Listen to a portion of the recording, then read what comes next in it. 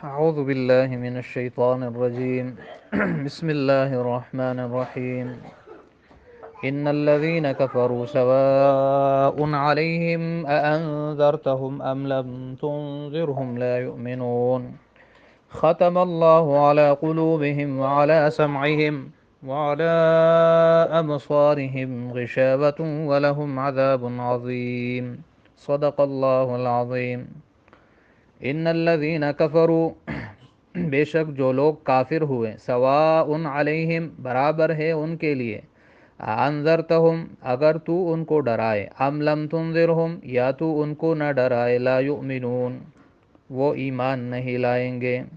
ختم اللہ اللہ تعالیٰ نے مہر لگا دی، علی قلوبہم ان کے دلوں پر، وعلی سمعہم اور ان کے کانوں پر، وعلی ابصارہم اور ان کی آنکھوں پر، غشاوۃ پردہ ہے، ولہم عذاب عظیم اور ان کے لیے بہت بڑا عذاب ہے۔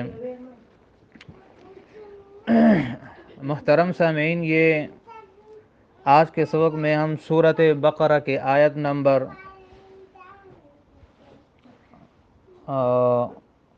6 اور 7 پڑھیں گے۔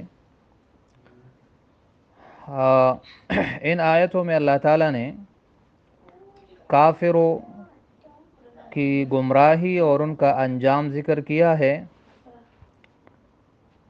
کہ کس طرح کفر کرنے سے انسان کا خاتمہ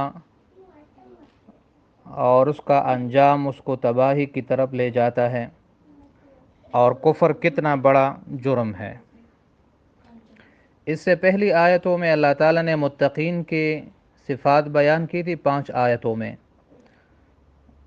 اور اب اس کے مقابلے میں کافروں کی اللہ تعالیٰ ان کی تعریف کرا رہا ہے 2 آیتوں میں۔ تو اللہ تعالیٰ فرماتا ہے ان الذین کفروا بے شک جو لوگ کافر ہے۔ ان یہ تحقیق اور تاکید کے لیے آتا ہے۔ ان کا معنی ہمیشہ قرآن میں ہم کریں گے بے شک کے ساتھ، یقیناً یا تحقیق کے ساتھ۔ ان الذین کفروا بے شک جو لوگ کافر ہوئے۔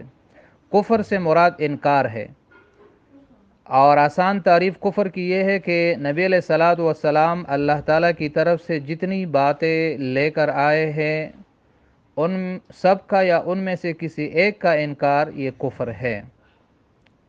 یہ کفر ایمان کی ضد ہے۔ ایمان یقین کو کہتے ہیں، یعنی نبی علیہ السلام اللہ کی طرف سے جتنی باتیں لے کر آئے ہیں ان سب کو ماننا ایمان ہے، اور ان میں سے کسی ایک کا یا سب کا انکار کرنا کفر ہے۔ مثلا قرآن کا انکار کفر ہے، فرشتوں کا انکار کفر ہے، اللہ کے وجود کا، جنت کا، جہنم کا، نبی علیہ السلام کی ختم نبوت کا، اللہ کی کتابوں کا، آخرت کا، یہ ساری باتیں ہیں۔ ان سب کا انکار یا ان میں سے کسی ایک کا انکار یہ کفر ہے۔ قرآن کا انکار یہ بھی کفر ہے۔ تو اللہ فرماتے ہیں ان الذین کفروا بے شک وہ لوگ جو کافر ہیں، سواء علیہم برابر ہے ان کے لیے، انذرتہم اگر تو ان کو ڈرائے۔ انذار خبردار کرنا، کسی کو آگاہ کرنا کہ اگر یہ کام تم کرو گے تو اس کا انجام اچھا نہیں ہوگا۔ انذرتہم اگر تو ان کو ڈرائے، ام لم تنذرہم یا تو ان کو نہ ڈرائے، لا یؤمنون یہ ایمان نہیں لائیں گے۔ ایمان کیوں نہیں لائیں گے؟ کیونکہ ان کے دلوں میں ایمان کی صلاحیت ختم ہو گئی ہے، جیسے آگے آیت میں اللہ فرماتے ہیں ختم اللہ علی قلوبہم اللہ نے مہر لگا دی ان کے دلوں پر۔ ختم کے معنی مہر لگانا۔ قلوب قلب کی جمع ہے، دل کو کہتے ہیں۔ اللہ نے مہر لگا دی ہے ان کے دلوں پر، وعلی سمعہم اور ان کے کانوں پر۔ مہر کا مطلب یہ ہے کہ ان کے دلوں سے اللہ نے سمجھنے کی صلاحیت سلب کر لی ہے، اور کانوں پر مہر کا مطلب یہ کہ یہ حق بات کو سمجھنے کے لیے تیار نہیں ہے اور ان کو سمجھ نہیں سکتے۔ وعلی ابصارہم غشاوہ، غشاوہ کے معنی پردہ، ان کے آنکھوں پر پردہ ہے، مطلب ظاہری پردہ نہیں ہے، بظاہر تو ان کی آنکھیں صحیح ہیں، ان میں بینائی ہے، لیکن حق راہ کو نہیں دیکھ سکتے اور حق چیزوں سے یہ منہ موڑ لیتے ہیں، تو یہ مراد ہے۔ وَلَهُمْ عَذَابٌ عَظِيمٌ اور ان کے لیے بہت بڑا عذاب ہے۔ تو محترم سامعین، یہ 2 آیتیں ہیں، ان میں اللہ تعالیٰ نے کافروں کی